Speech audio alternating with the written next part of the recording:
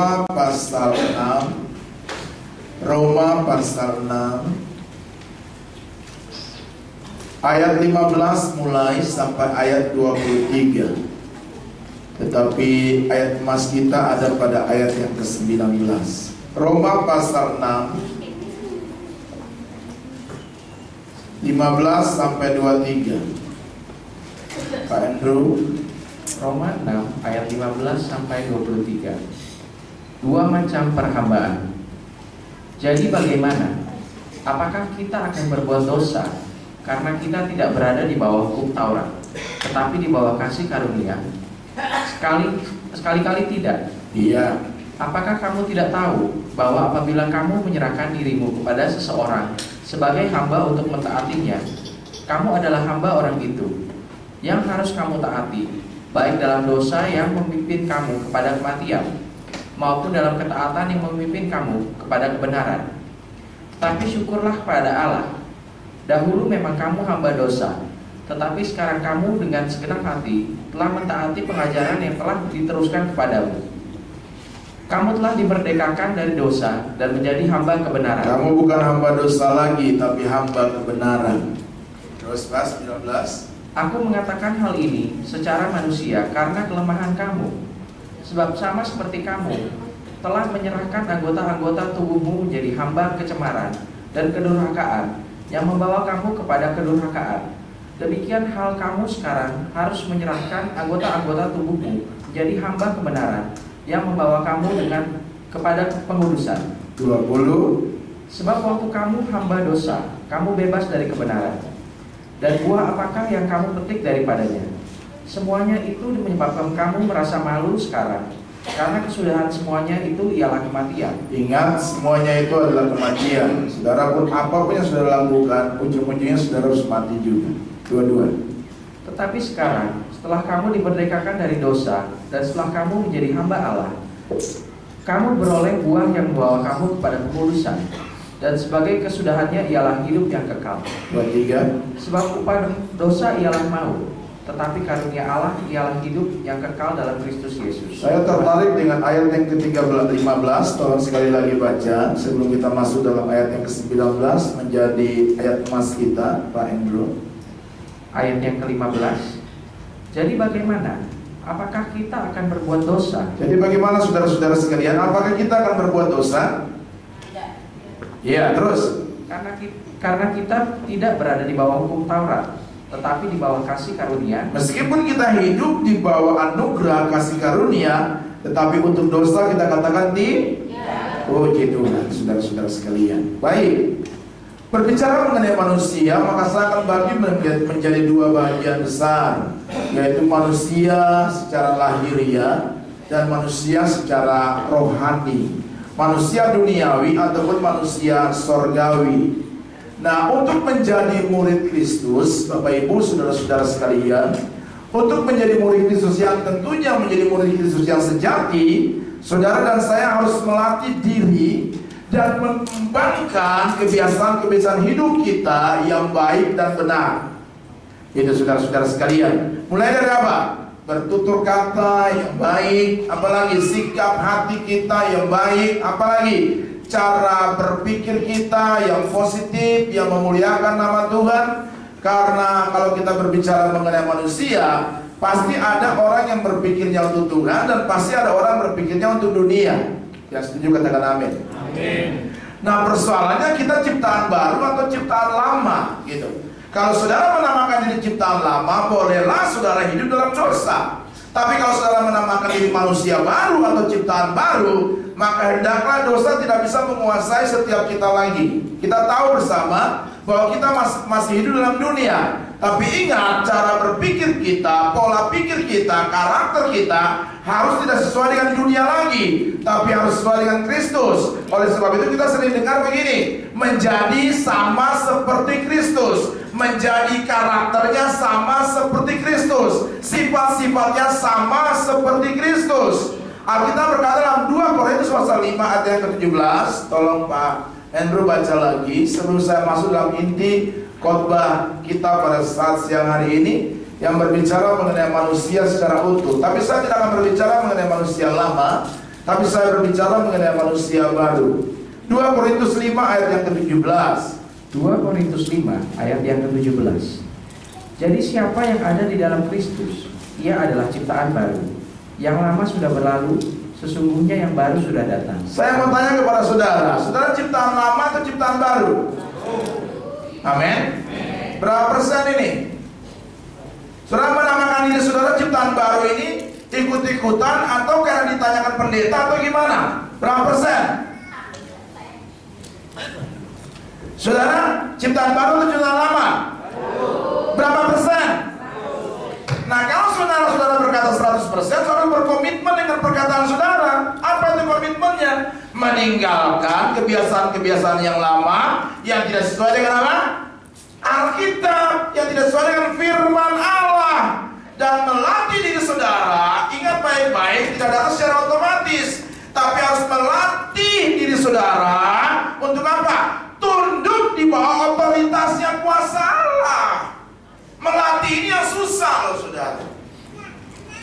Melatih diri ini yang susah. Saya bersyukurlah kepada Tuhan, saudara-saudara, Bapak Ibu yang terkasih dalam Tuhan. Kemarin saya juga termasuk di dalam pendeta 5 tahun, kata Pak Markus, 5 tahun dalam membangun gereja ini, membantu beliau. Saya bersama dengan Bapak Pendeta Edi, Bapak Pendeta Mac, Bapak Pendeta Hosea, kita masuk dalam membangun gereja ini selama 5 tahun. Nah, 5 tahun dulu baru dapat sertifikat itu. Secara dunia begini, 5 tahun dulu baru ada apresiasi, gitu, saudara-saudara sekalian. Maksudnya apa? Kalau di dalam waktu-waktu saudara dalam mengikuti Tuhan tidak ada sesuatu yang sifatnya baik dan benar, tidak akan pernah mendapatkan apresiasi itu. Apresiasi dari gereja atau apresiasi dari Tuhan. Kalau saudara tidak bisa meninggalkan kebiasaan-kebiasaan yang lama, maka apresiasi dari Tuhan itu tidak akan saudara dapatkan itu. Makanya kita bilang gini, kamu adalah ciptaan baru.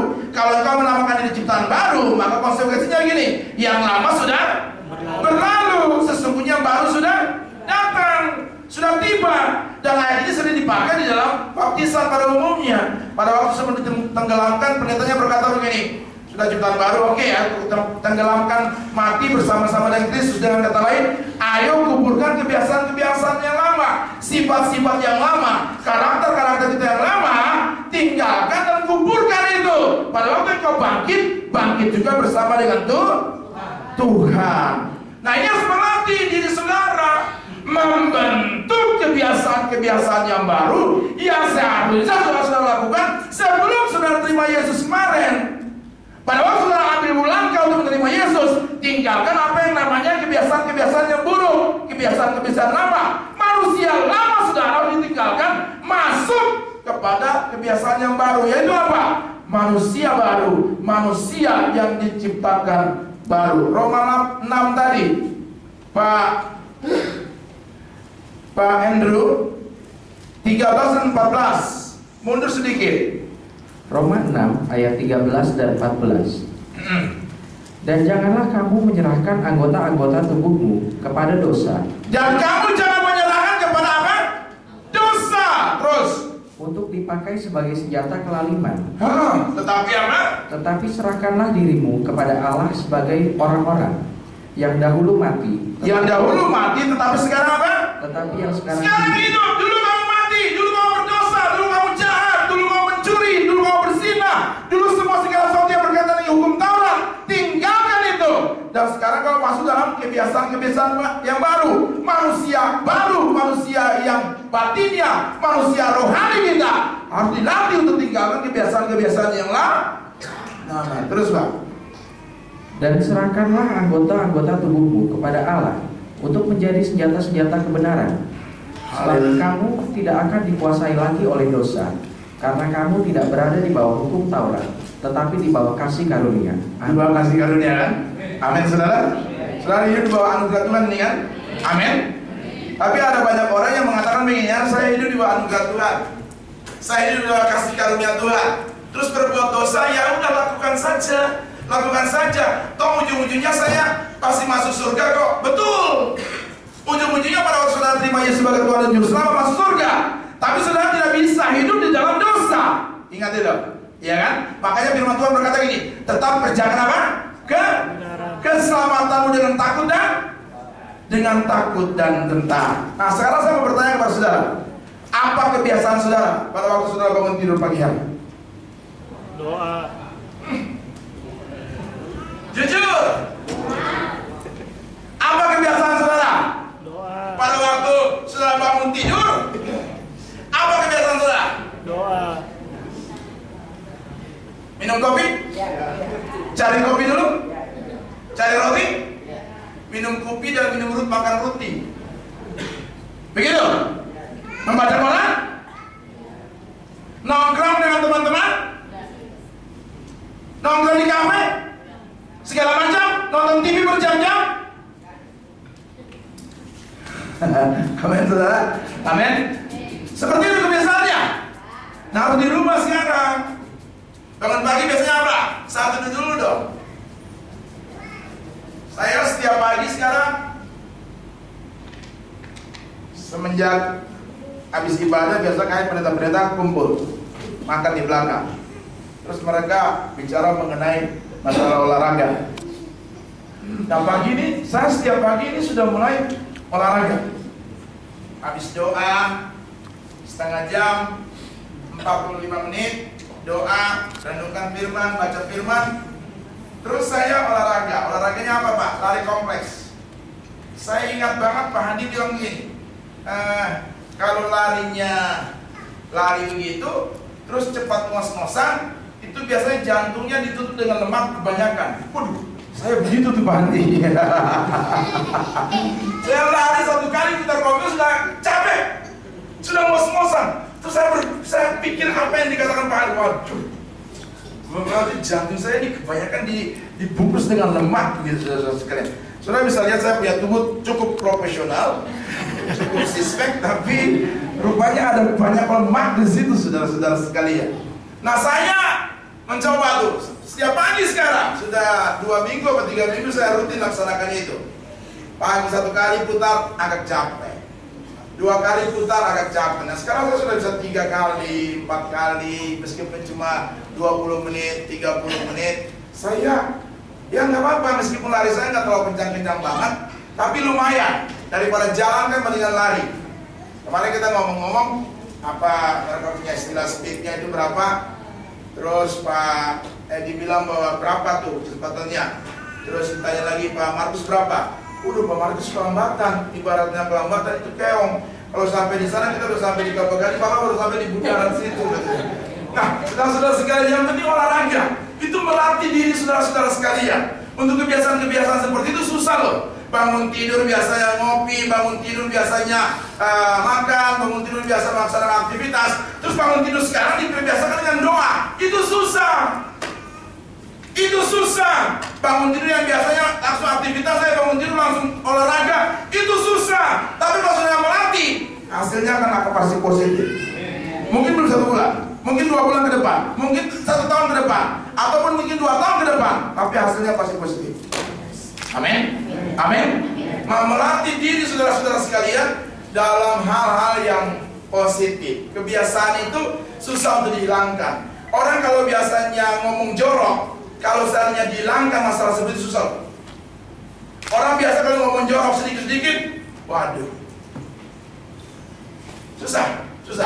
Maaf ya, sebenarnya nggak boleh ngomong, tapi saya ngomong aja. Misalnya kita dipepet sama orang terus ngomongnya anjing lo, itu susah loh. Itu udah karakter, itu sifat, itu pembawaan, kebiasaan itu. Jadi sedikit-sedikit, pes, anjing lo, pes, babi lo, gitu loh. Susah lo menghilangkan seperti itu. Nah sampai besoknya, cus, caranya gimana? Gimana menghilangkannya? Ya udah hilangkan. Kalau saya ada orang yang sikat gitu-gitu, nggak usah bilang anjing lagi, nggak usah bilang babi lagi, tapi apa Pak? Nyamuk lu, sama aja ya, semut lu, kok tetap aja binatang. Harusnya bilang Tuhan memberkatimu. Nah merubah kayak gitu tuh yang susah. Merubah kayak gitu tuh yang susah loh. Saya mau tanya, sudah umurnya udah berapa tahun? Sudah puluhan tahun bukan? Sudah 20 tahun, sudah 30 30 tahun, sudah 40 tahun, kebiasaan saudara-saudara seperti itu susah untuk dirubah. Itu manusia lama. Itu karakter-karakter lama. Nah, bagaimana caranya untuk merubah karakter yang baru seperti ini? Ini yang susah. Nah, ini akan saya menjelaskan kepada saudara. Ini baru intro nih, belum khotbah. Ini baru intro, tapi saya nggak mau lama-lama lah saudara-saudara sekalian. Saya nggak mau lama-lama. Yang pertama, hal-hal apa saja yang harus saudara lakukan, biasakan atau latih hidup saudara supaya menjadi pola hidup yang baik. Kan gitu pertanyaannya. Hal-hal apa saja yang saudara harus lakukan supaya saudara-saudara masuk dalam kategori manusia baru, manusia rohani, manusia batinnya, manusia surgawi. Kira-kira seperti itu. Yang pertama, bersaat teduh, menyediakan waktu secara pribadi, secara rutin untuk bersekutu dengan Tuhan. Ini yang harus saudara lakukan. Ini yang harus saudara lakukan. Susah saudara. Coba baca dulu sebentar.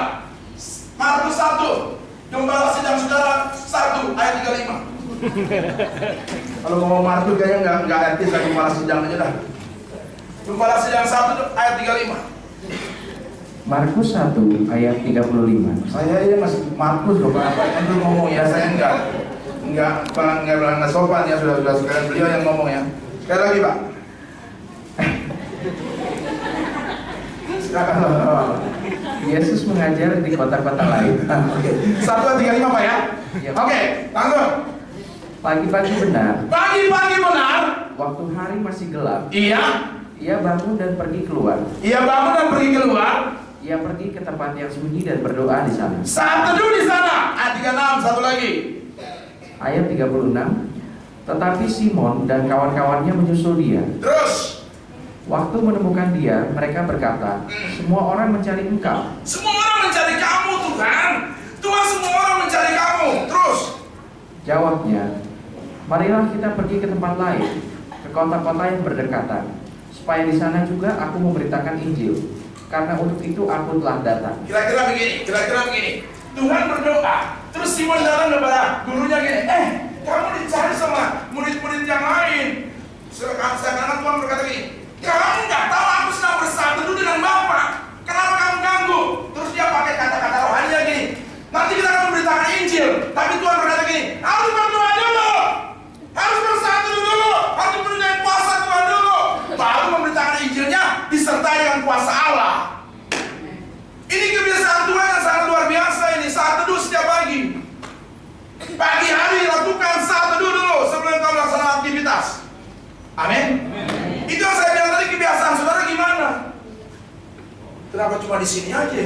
Lu juga bagaimana? Coba kebiasaanmu apa? Pagi-pagi itu apa? Duduk di kasur, terus mengucap syukur dulu, berdoa dulu, saat teduh dulu, apa segala macam, baru melaksanakan aktivitas atau enggak? Ini kan permasalahan. Yang sering kali saya bilang gini, kebiasaan saudara itu apa? Saat teduh di pagi hari, oke nggak bisa pagi hari, ya siang bisa. Tapi kan siang itu susah, mengganggu aktivitas kita kan. Kita semua bekerja dan segala macam. Bagusnya pagi. Sore Pak pulang kerja, lu pasti capek. Malam Pak, lu pasti sibuk dengan nonton sinetron. Nggak bisa bagus pagi, nggak bisa, nggak. Ini kebiasaan yang positif ini. Kalau mau menjadi manusia yang baru, saat teduh dulu yang pertama. Berdoa dulu. Survei membuktikan orang yang berdoa saat teduh dengan Tuhan di pagi hari itu bisa menahan emosinya luar biasa. Daripada orang yang tidak berdoa sama sekali, tidak bersaat teduh sama sekali, itu biasanya emosi meledak-meledak. Sedikit saja disenggol orang, hajar. Kenapa? Tidak punya waktu untuk saat teduh di sini. Kalau saudara lakukan ini ya, 5 tahun ke depan kalau saudara biasa dengan hal seperti ini, saudara luar biasa. Nggak usah 5 tahun, 2 tahun aja saudara kebiasaan seperti ini saudara lakukan. Waduh, manusia rohani saudara semakin berkembang pesat sekali. Jangan cuma amin-amin doang ya. Lakukan ya. Amin. Kita lakukan kebiasaan jemaat-jemaat akhir zaman ini sedikit-sedikit amin. Sedikit-sedikit amin. Saya sih nggak alim gitu yang kata-kata amin lah. Silakan aja. Tapi harus mempertanggungjawabkan amin itu ya. Jangan sering-sering amin. Kadang-kadang orang juga nggak suka amin, padahal salah ngomong. Ada orang, ada juga yang ngomongnya lain, jawabnya amin. Ini bahaya. Tapi di sini puji Tuhan lah. Saudara semuanya masih dengan saya, amin. Di gereja-gereja lain tuh saya lihat, waduh, udah saya kira ini amin-amin segala macam, nggak tahu masuk dalam roh. Mari saat teduh dengan Tuhan. Mau menjadi manusia yang baru, pola pikir saudara diubah. Ayo saat teduh dengan Tuhan. Ini langkah-langkah praktis saja yang saya mau sampaikan kepada saudara. Yang kedua, Lukas 18 ayat 1. Lukas pasal 18 ayat 1. Lukas 18 ayat yang pertama. Perumpamaan tentang hakim yang tak benar. Dan baca nanti ayat 1 sampai selanjutnya, itu bagus sekali, hakim yang tidak benar. Terus Pak. Yesus mengatakan suatu perumpamaan kepada mereka yang menegaskan bahwa mereka harus selalu berdoa dengan mereka harus selalu apa? Berdoa dengan, maksudnya berdoa dengan tidak berkeputusan, berdoa terus menerus. Ada masalah, tidak ada masalah, tetap berdoa. Berdoa dengan tidak berkeputusan. Kalau saudara membaca Lukas pasal 18 ayat 1 sampai selanjutnya, ini berbicara mengenai perumpamaan tentang hakim yang ada seorang ibu yang datang untuk membela anaknya kepada hakim yang tidak benar ini. Datang minta tolong, datang minta tolong, dia nggak peduli. Datang lagi minta tolong, dia nggak peduli. Datang lagi minta tolong, dia nggak peduli. Sampai hakim yang tidak benar ini berkata begini, daripada lo bikin kamu gue, ya udah apa lo mau gue kasih? Kira-kira kayak gitu. Tuhan juga kadang-kadang bisa kayak gitu loh. Berdoa, gila ini orang yang berdoa masih belum, doa lagi, masih belum, doa lagi, masih belum, doa lagi. Aduh, hatiku penuh dengan belas kasihan memberkatimu. Kayak gitu loh. Kira-kira kayak gitu. Tuhan nggak kasih. Kalau Tuhan nggak kasih, saudara stop, berhenti doa. Kalau Tuhan nggak kasih, saudara berhenti doa. Kasih, berdoa lagi kan? Masih belum dapat, doa lagi. Kalau nggak dapat, berdoa terus. Gila ini hebat. Ini berdoa yang hebat ini. Enggak dapat loh, tapi masih tetap berdoa. Tapi enggak berdoa, enggak dapat loh, tapi tetap berdoa. Hebat. Saya berdoa, Tuhan aku gak kasih. Masih lu ngotot juga. Enggak, tapi kasihan. Itu Tuhan kan Pengkhotbah 3 ayat yang ke-11 berkata ini, Tuhan membuat segala sesuatu indah pada waktunya, bukan waktumu. Waktunya berarti apa? Terserah Tuhan. Suka-suka ya Tuhan. Amin. Suka-sukamu Tuhan, suka-sukamu Tuhan, suka-sukamu Tuhan, suka-sukamu Tuhan. Besok terserah Tuhan. 1 tahun lagi terserah Tuhan. 2 tahun lagi terserah Tuhan. Tugasmu cuma berdoa. Hebat ya. Sampai akhirnya juga, kalaupun nggak dikasih juga nggak apa-apa, tetap berdoa. Kalaupun nggak kasih ya udah, pasti jatahmu di surga. Loh, kan ujung-ujungnya itu berkat yang luar biasa kan? Anak-anak muda, doa sudah berapa tahun kamu nggak dapat jodoh? Terus stop di situ, tetap berdoa. Tetap berdoa. Nanti baru Tuhan akan kasih yang terbaik. Mau yang model gimana? Mau mata belok, mau mata sipit, Tuhan kasih kepada kamu. Mau hitam, mau putih, mau sawo matang, Tuhan kasih kepada kamu. Itu suka-suka yang Tuhan. Terserahnya Tuhan, itu otoritasnya Tuhan, orang nggak bisa pilih-pilih. Nanti Tuhan kasih. Dulu saya pilih hitam, Tuhan bilang jangan hitam, putih. Karena kamu sudah hitam, kalau hitam lagi bahaya keturunanmu. Gitu Tuhan, itu suka-sukanya Tuhan. Tuhan tahu kebutuhanku, Tuhan yang lebih tahu. Saya maunya hitam loh. Saya maunya hitam. Waduh, kalau hitam gimana nih? Kalau hitam gimana? Aku hitam, dia hitam. Nanti kritik anakku. Aduh. Tapi kalau putih kan, aduh kan. Ya pokoknya Tuhan tahu yang terbaik. Amin. Tuhan tahu yang terbaik untuk kita. Makanya jangan jemu-jemu berdoa. Dapat nggak dapat tetap berdoa. Haleluya. Kasih tepuk tangan bagi Tuhan. Sekarang Jangan colek kiri kananmu. Lu berdoa enggak?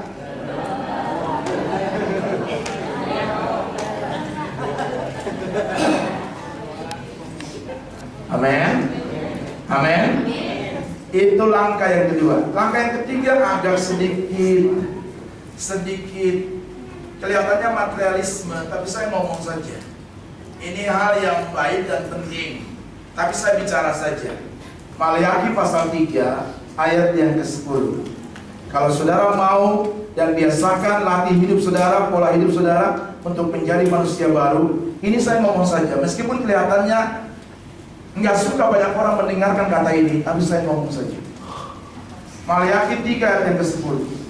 Sebenarnya lebih jelas 6-12, tapi saya potong 10 aja lebih mantap. Maleakhi 3 ayat yang ke-10. Bawalah seluruh persembahan persepuluhan itu ke dalam rumah perbendaharaan, Ya, supaya ada persediaan makanan di rumahku, dan ujilah aku. Firman Tuhan semesta alam, apakah aku tidak membukakan bagimu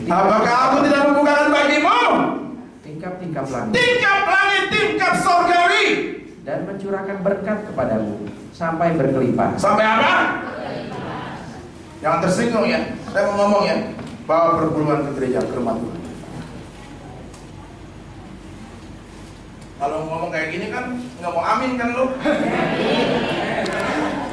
Ini kan nggak mau amin kan lu? Saya tahu banget lu. Kalau gini aminnya mulai kendor kan? Tapi kalau berkat amin. Tapi kalau suruh bawa persembahan perpuluhan ke gereja, iya bagian. Tuhan utuslah aku. Iya Tuhan, bukan aku. Kalau aku masalah berkat, masalah dompet bagian dia. Bawa persembahan perpuluhan.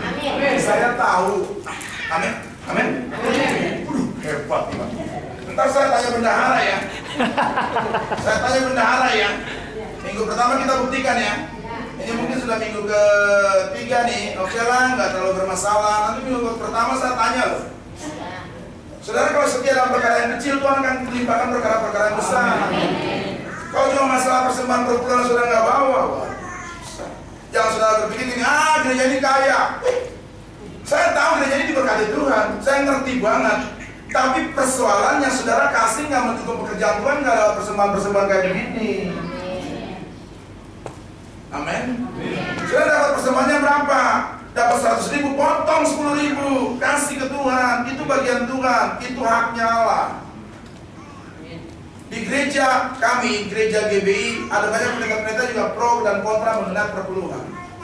Saya nggak peduli. Bagi saya simpel saja. Kalau lu nggak setia dalam perkara yang kecil, kamu pasti tidak, Tuhan tidak akan pernah memberikan perkara-perkara yang besar. Persembahan perpuluhan itu perkara kecil loh. Memang itu berbicara mengenai perjanjian lama, tapi alkitabiah banget. Alkitab kan bilang kalau kamu tidak kasih, Tuhan tidak bakal bukan tinggal surga untuk memberkati saudara. Pak, kalau 1 juta sih masih oke lah Pak. Kalau saya dapat berkatan 10 juta Pak, berapa Pak potong? 1 juta Pak, masih oke lah Pak. Tapi kalau saya dapat berkatan 100 juta Pak, berapa dong Pak? 10 juta, sudah mulai mikir-mikir. 500 juta, berapa tuh? 50 juta, gila ini. Mikir nggak? Lu karena mikir gitu, Tuhan nggak pernah kasih 500 juta buat kamu. Kamu mikir-mikir sih, harusnya kasih bagian Tuhan. Nanti bagaimana bagian Tuhan? Tuhan akan cukupi dengan segala kelimpahan. Janji Tuhan itu ya dan amin. Makanya saya sudah bilang kan kelihatannya agak materialisme. Oke, tidak apa-apa. Tapi saya ngomong aja supaya saudara diberkati Tuhan. Mau menjadi manusia baru, salah satunya dibawa persembahan perpuluhan pada Tuhan. Memang gereja nggak butuh, saya tahu betul. Ibu Agustin, gembala saudara ini orang-orang yang diberkati Tuhan. Tapi kalau saudara mau menyokong pekerjaan Tuhan dalam penginjilan dan segala macam, bawa itu. Bukan masalah besar dan kecil. Ingat ini, bukan masalah besar dan kecil. Tapi berbicara mengenai ketulusan hatimu memberi. Bukan masalah besar kecil, itu berbicara mengenai masalah ketulusan aja. Kalau you udah gak pernah setia dalam perkara-perkara kayak gini, ampun dah. Susah nanti hidupmu. Nanti orang cuma pikiran saudara cuma gini doang. Makan, punya orang sikat, ini orang sikat. Tapi dalam hal memberi susah. Saya tahu bahwa gereja ini diberkati, betul. Lihat kemarin, Ulang tahun kelima, kayak apa berkatnya? Saya pulang dengan berkat-berkat yang melimpah. Tapi saya nggak pernah dapat door prize, nggak apa-apa. Saya nggak ngerti, saya udah 5 tahun loh gitu. Nggak pernah dapat loh Pak. Itu nggak ngerti kenapa. Saya nggak punya karunia itu kali ya. Kalau sampai dapat kayak kemarin tuh dapat, terus dikasih buat orang, kayaknya saya nggak rela. Kalau saya tunggu lama-lama, saya kasih. Saya pernah orangnya begitu loh. Saya udah pikir untung bukan gua. Kalau gua pura-pura nggak dengar aja. Saudara sekalian, gereja kita ini diberkati Tuhan dengan luar biasa loh. Kenapa?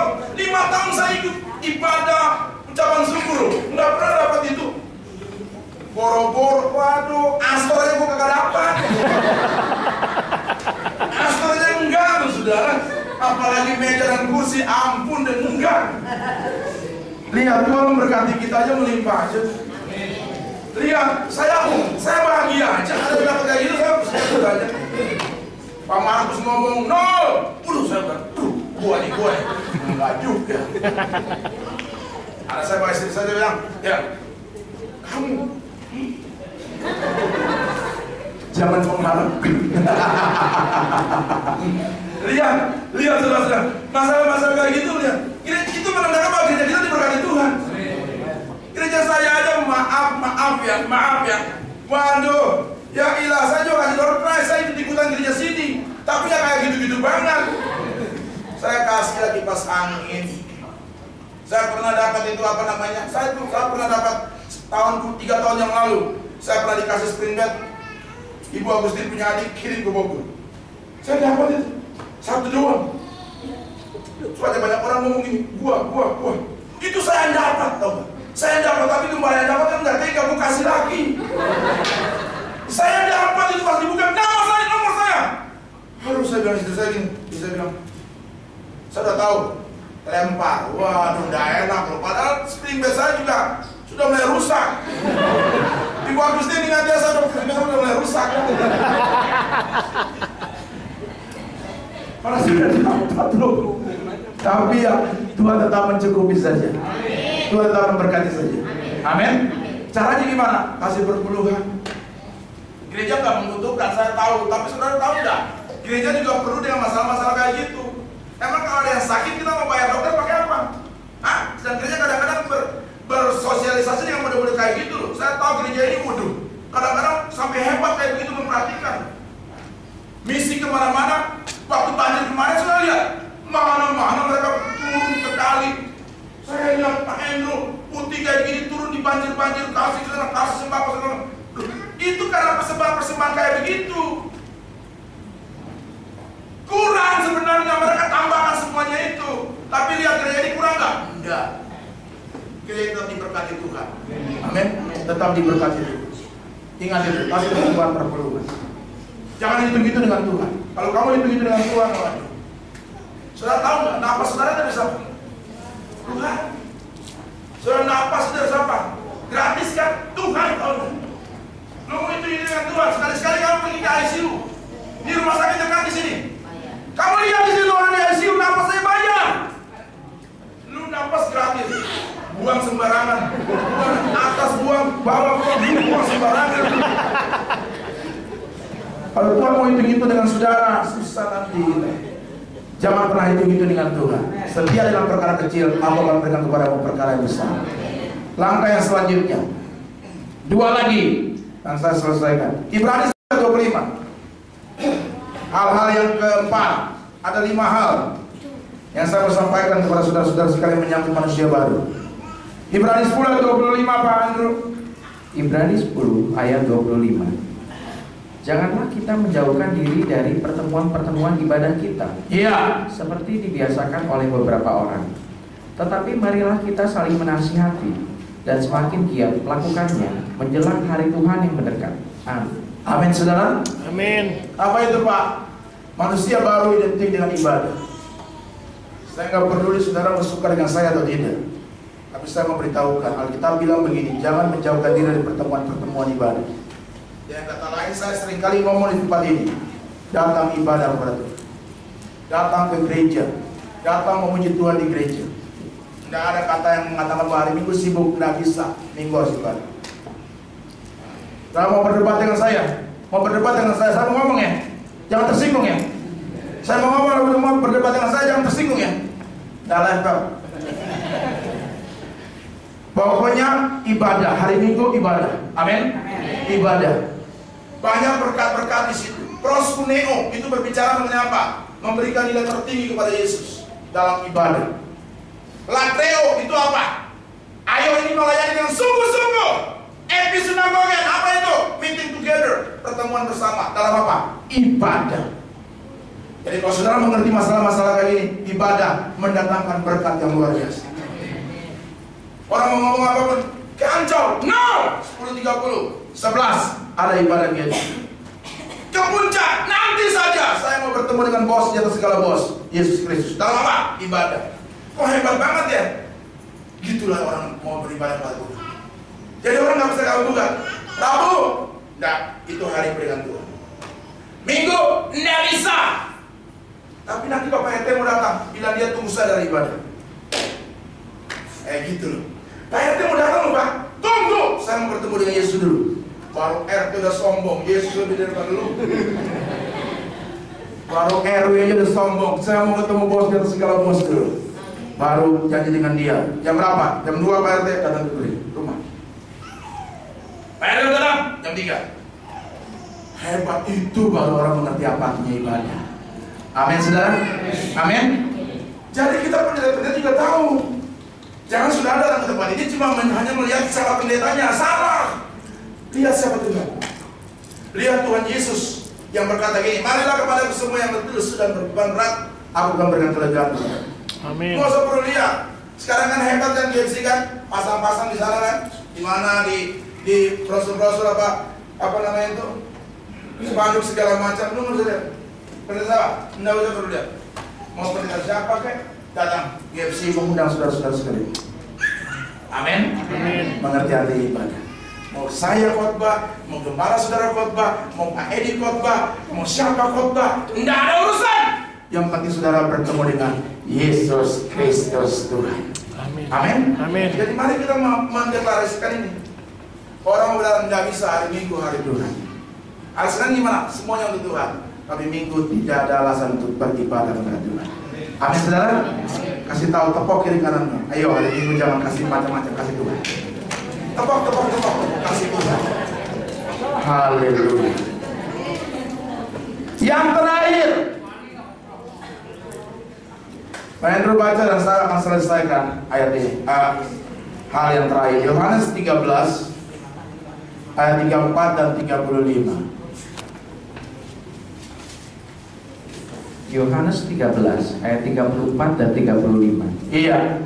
Aku memberikan perintah baru kepada kamu. Aku memberikan perintah baru kepada kamu, yaitu supaya kamu saling mengasihi. yaitu supaya kamu saling mengasihi. Sama seperti aku telah mengasihi kamu. Ingat baik-baik, aku terlebih dahulu mengasihi kamu. Demikian pula kamu harus saling mengasihi. Kamu harus saling mengasihi. Dengan demikian, Apa katanya? semua orang akan tahu Semua orang seluruh pik akan tahu bahwa kamu adalah murid-muridku, kamu adalah murid-muridku. yaitu jikalau kamu saling mengasihi. Amin saudara. Yaitu supaya kamu saling mengasihi saudara seiman. Boleh mengasihi orang-orang yang di luar Kristen? Nggak boleh. Tapi harus terlebih dahulu mengasihi saudara-saudara seiman. Kita diajar untuk mengasihi semua orang. Tapi Alkitab bilang yang utama kita dulu sesama Kristen, sesama yang percaya kepada Yesus, mengasihi.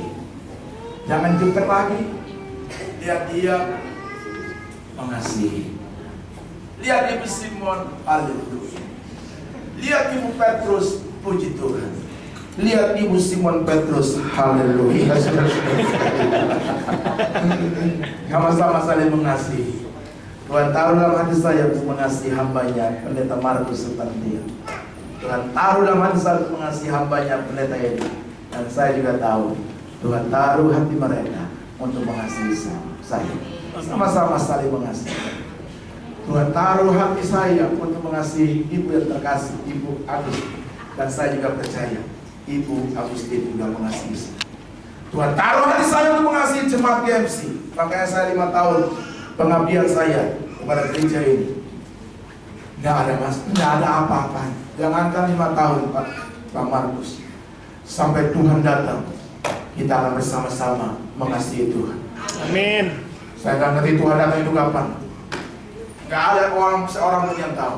Mungkin minggu depan, mungkin tahun depan, mungkin 2 minggu lagi. Jangan dulu, karena hari bulan Desember saya mau ke Israel. Jadi saya harus kunjungi sekali lagi. Nanti kalau sudah saya dari Israel, kalau Tuhan mau datang 2016, silakan. Karena kemarin saya ke Israel 2015 bulan Juni, panas sekali. Saya dengar informasi bulan Desember, katanya 0%, 0 derajat sampai 5 derajat. Saya mau coba. Dan saya percaya, saya bukan saja bertemu dengan Yesus di Yerusalem baru, tapi saudara-saudara sekalian juga bersama-sama dengan Tuhan. Saya berdoa bagi saudara saling mengasihi satu dengan yang lain.